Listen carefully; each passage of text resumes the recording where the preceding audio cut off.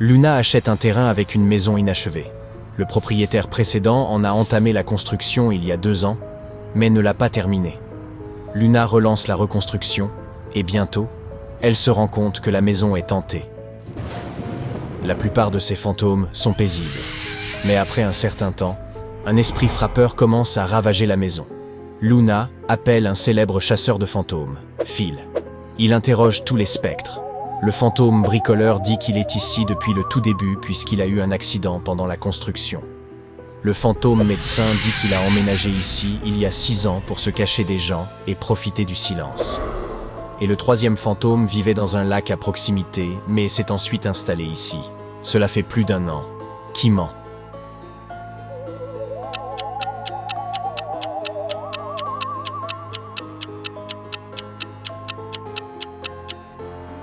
C'est le médecin. Il dit qu'il avait emménagé ici il y a 6 ans. Mais la construction de la maison n'a débuté qu'il y a seulement 2 ans. L'affaire est résolue. L'école de musique est hantée par le fantôme d'une diva d'opéra. Phil arrive, explore l'école et interroge 3 témoins. La professeure a entendu chanter depuis le sous-sol l'autre jour. Elle s'y est rendue pour vérifier, mais il était vide. Nelly, son élève, dit qu'elle a vu le fantôme chanter dans le couloir. Et un autre élève, Sam, l'a vu dans les toilettes. Après avoir écouté leurs histoires, Phil est certain que les élèves ont fait une farce à leur enseignante. Pourquoi?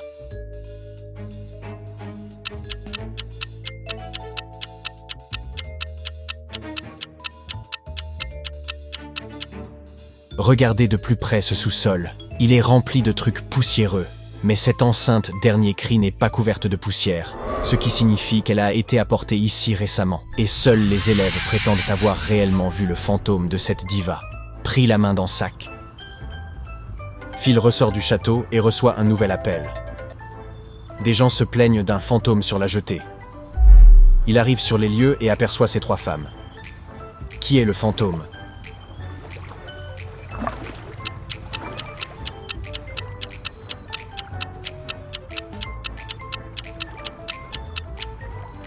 Toutes 3 sont des fantômes. Si elles étaient faites de chair et d'os, leur dos se reflèterait dans l'eau, et non leur visage. Phil demande aux 3 fantômes de partir. 2 d'entre elles acceptent, mais la 3e s'enfuit dans la forêt la plus proche. Phil la poursuit, mais il perd sa trace. Pouvez-vous l'aider à la retrouver?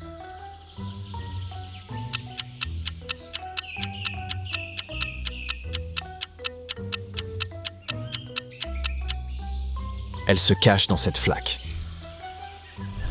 Phil rentre chez lui et consulte ses emails.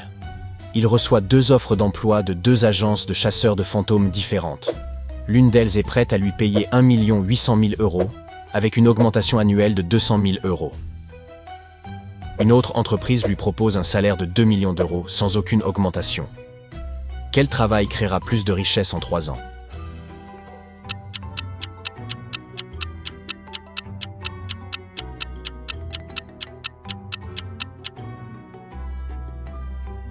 Si Phil choisit la première agence, son salaire augmentera à 2 millions d'euros la 2e année.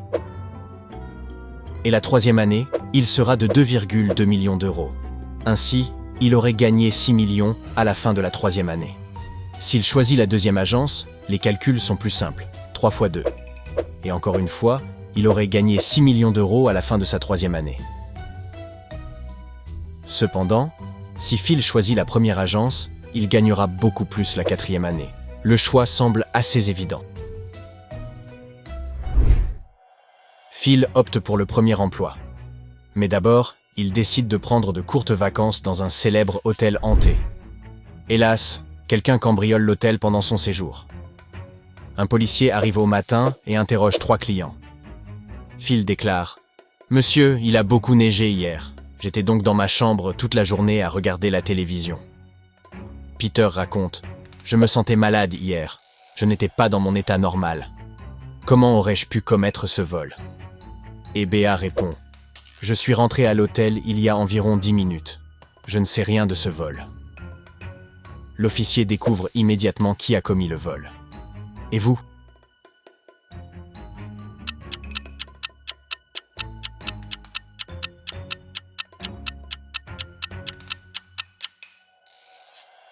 Béa est suspecte. Elle dit qu'elle était revenue il y a 10 minutes. Mais il n'y a aucune trace de pas à l'extérieur de l'hôtel, mis à part celle de l'agent. Le lendemain matin, Phil se réveille dans un sous-sol hanté. Il est affamé. Soudain, un homme effrayant entre et lui propose 4 assiettes de nourriture. Il dit que Phil ne peut choisir qu'un seul plat. Que devrait-il choisir?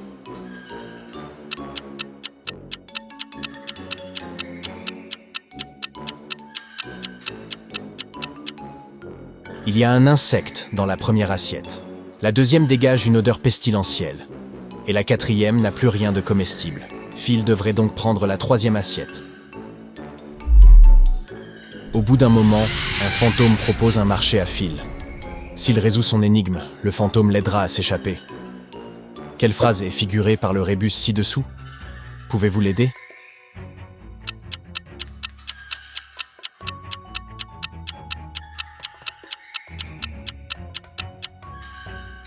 Ce rébus signifie « Je suis entouré d'ennemis ». Phil se lance après le fantôme et tombe dans un trou. Il finit piégé dans un cachot où se trouvent 3 portes. Derrière la première porte, il y a un labyrinthe. Il errera pour le reste de sa vie s'il essaie de le traverser.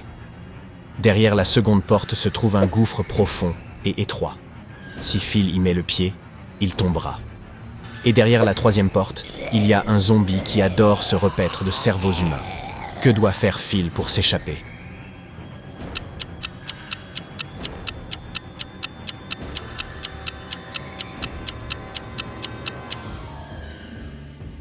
Il devrait ouvrir la deuxième porte, puis ouvrir la troisième et se cacher rapidement derrière la première porte.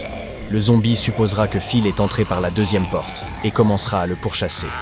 Il tombera alors dans le gouffre et Phil sera libre de passer par la troisième porte. Phil s'échappe du cachot et retourne en ville. Il marche dans la rue. Soudain, une jolie femme l'approche et lui demande d'appeler la police. Quelqu'un a volé son sac qui contenait des millions de dollars. Phil l'interroge sur le voleur. Elle dit qu'elle marchait dans la rue quand un homme est arrivé en courant derrière elle. Il portait des gants et un masque. Il a arraché le sac et s'est enfui. Elle n'a même pas pu le voir. Phil lui demande « Comment se fait-il que vous ayez des égratignures partout sur le visage ?» Elle répond qu'elle a essayé de l'attraper et qu'il lui a griffé la joue avec la chevalière qu'il portait à la main droite. Phil comprend immédiatement que son histoire est bidon. Pourquoi?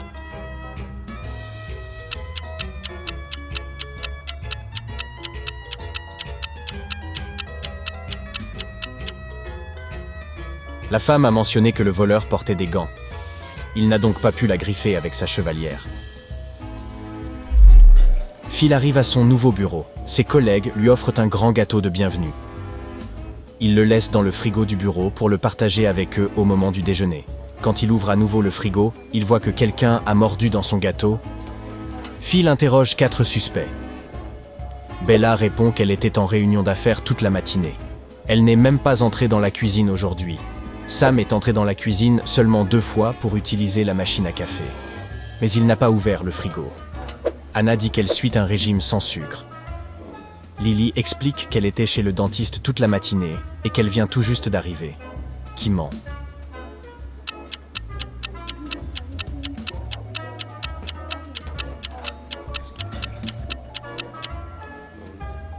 C'est Sam. Jetez un coup d'œil à la machine à café. Il y est indiqué qu'elle est en panne. Par conséquent, son histoire ne tient pas debout. Un client de Phil lui envoie 2 photos d'une effrayante maison hantée. Pouvez-vous repérer 7 différences entre elles?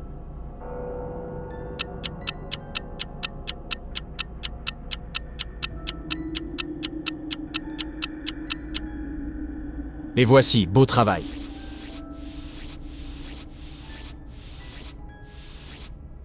Le lendemain, Phil va inspecter un château abandonné. Il se retrouve piégé dans une pièce avec 3 portes par lesquelles il peut s'échapper. Mais chaque chemin cache un danger. Il y a un zombie derrière la première porte. Derrière la seconde porte se trouve un loup affamé. Et un fantôme effrayant attend derrière la troisième porte. Quelle porte devrait-il choisir?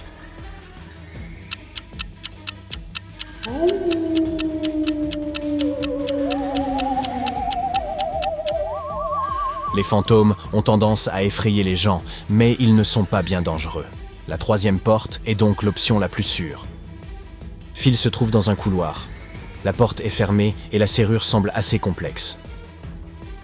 Heureusement, il rencontre le fantôme du garde Chiourme. Il montre 3 clés à Phil. L'une d'elles ouvrira sûrement la porte. Toutefois, si Phil utilise la mauvaise, il restera piégé dans ce château maudit pour toujours. Pouvez-vous l'aider à choisir la bonne clé ?